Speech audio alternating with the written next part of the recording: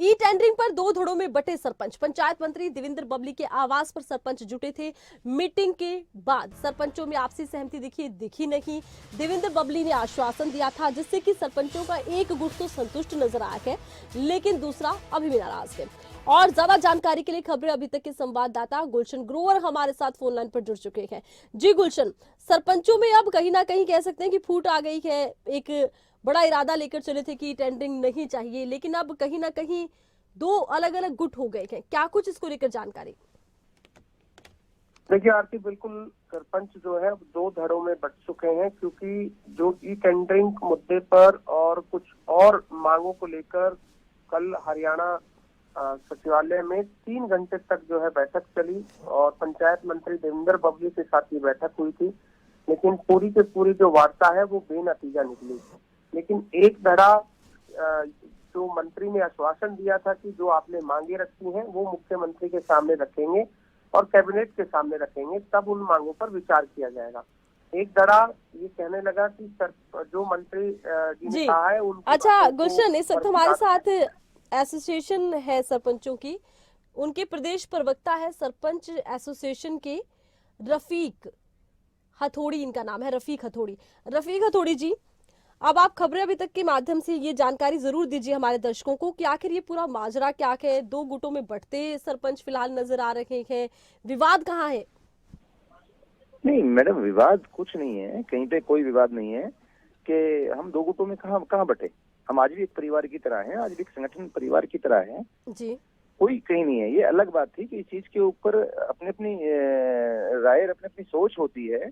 आदरणीय मंत्री, कुछ सरपंचों ने कहा कि मंत्री जी ने जो बात रखी थी उससे हम सहमत थे, जो बात रखी थी जी। कुछ साथी कह रहे थे कि हमें सिर्फ वैसे ही बुलाया गया है जी। जो कि ऐसी किसी धारणा नहीं थी, ना गुटों में बटा है ना किसी चीज में बटा है। अच्छा देखिए, कहा यह जा रहा है कि रोहतक गुट और फतेहाबाद गुट दो गुट हो गए हैं सरपंचों के। रोहतक गुट ये अलग चीज है कि हम रोहतक गुट को लाइक करते हैं। रोहतक गुट का मामला नहीं है, रोहतक को हम लाइक करते हैं, गुट नहीं बने कहीं रोहतक और फतेहाबाद गुट के साथ। अच्छा तो आप ये बताइए कि विरोध होगा क्या? अभी भी सीएम आवास का घेराव करने अभी निकलेंगे? ई टेंडरिंग के ऊपर अब आगे क्या एक्शन होगा, क्या करते नजर आएंगे सरपंच? निश्चित तौर पर जो हमारी मांगे हैं, मंत्री जी ने बिल्कुल कहा है कि मैं मुख्यमंत्री जी से बात करके और इस पर बिल्कुल रोशनी डाल करके इसको खत्म करने का पूरा प्रयास करूंगा। और सरपंचों की मांगों को मानने के लिए मंत्री जी ने आश्वासन दिया है और बिल्कुल ऐसी कोई बात नहीं किसी प्रकार की। और गांधीवादी तरीके से हम सीएम हाउस का घेराव पूरे हरियाणा के सरपंच जा रहे हैं और कर रहे हैं, कोई बात नहीं किसी प्रकार की, वो अधिकार है, वो अलग चीज है। ऐसा कुछ नहीं है। गुटों का मामला कहीं पे नहीं आता कि गुट बन गए या वो हो गया, फतेहाबाद गुट रोहतक। चलिए आप देखिए, आप ये भी बताई दीजिए लगे हाथ, दर्शक ये भी जानना चाहते हैं कि टेंडरिंग का विरोध है, कौन से पॉइंट्स पर विरोध है, वजह क्या है विरोध की?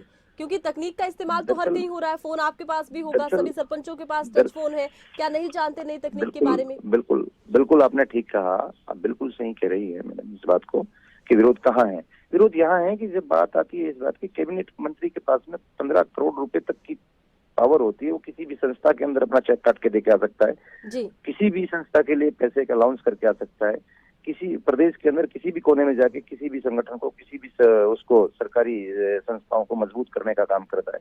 एक सरपंच एडमिनिस्ट्रेटर पावर होती है सरपंच के पास में। आप महाराष्ट्र के पंचायत राज को उठाकर देख लें, आप एमपी के पंचायत राज को उठाकर देख लें, आप राजस्थान के पंचायत राज को उठाकर देख लें, वहाँ जिला परिषद के पास में कर्मचारियों को, अधिकारियों को ट्रांसफर करने तक की पावर है पंचायतों के पास में। अच्छा देखिए रफीक हथौड़ी जी, हमारे संवाददाता गुलशन ग्रोवर भी फोन लाइन पर है। गुलशन, आप कुछ पूछना चाहें इनसे? हथौड़ी जी, क्या आप लोग सीएम आवास का घेराव करने जाएंगे क्या? बिल्कुल निश्चित तौर पर हरियाणा प्रदेश के कोने कोने से सरपंच जा रहे हैं, कोई गुटों में नहीं है, बाकी वो घेराव गांधीवादी तरीके से होगा, सभ्यता के दायरे में होगा। क्योंकि मंत्री जी ने कल बहुत अच्छी बातें रखी थी और मंत्री जी ने कहा था कि मैं कैबिनेट में मुख्यमंत्री से आपकी ये बात रखूंगा कि कुछ बातें ऐसी। मंत्री जी ने आपके सामने बातें भी रखी, आप लोग आवाज पर भी पहुंचे, फिर जब एक मीटिंग सचिवालय में हो चुकी थी तो फिर आप लोग आवाज पर जाने के लिए क्यों गए? क्या मनाने के लिए गए थे, किस लिए गए थे आप?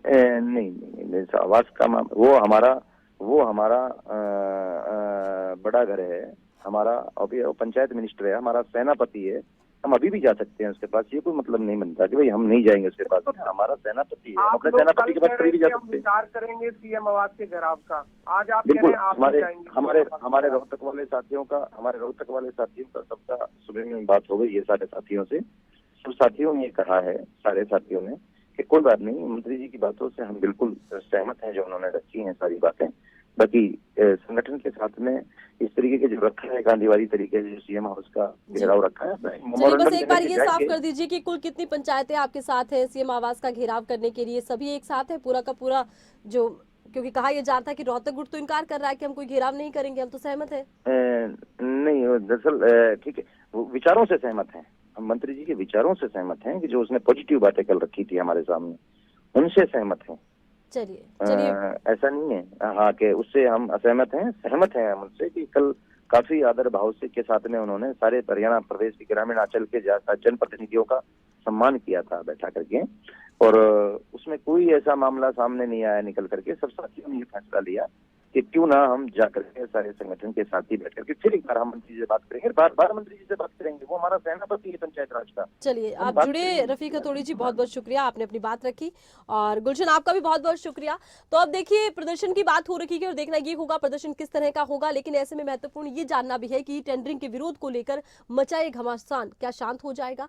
चंडीगढ़ की बात करें हम तो कल ये देखा गया था कि सरपंचों के साथ पंचायती राज मंत्री देवेंद्र बबली की बैठक हुई और बैठक ही बेनतीजा रही। ऐसे में सवाल ये खड़ा हो रहा है कि आखिर कब जाकर सरपंचों के साथ सरकार की सहमति बनेगी, क्योंकि फिलहाल तो ई टेंडरिंग को अपनाने से सीधे तौर पर सरपंच इनकार करते नजर आ रहे हैं।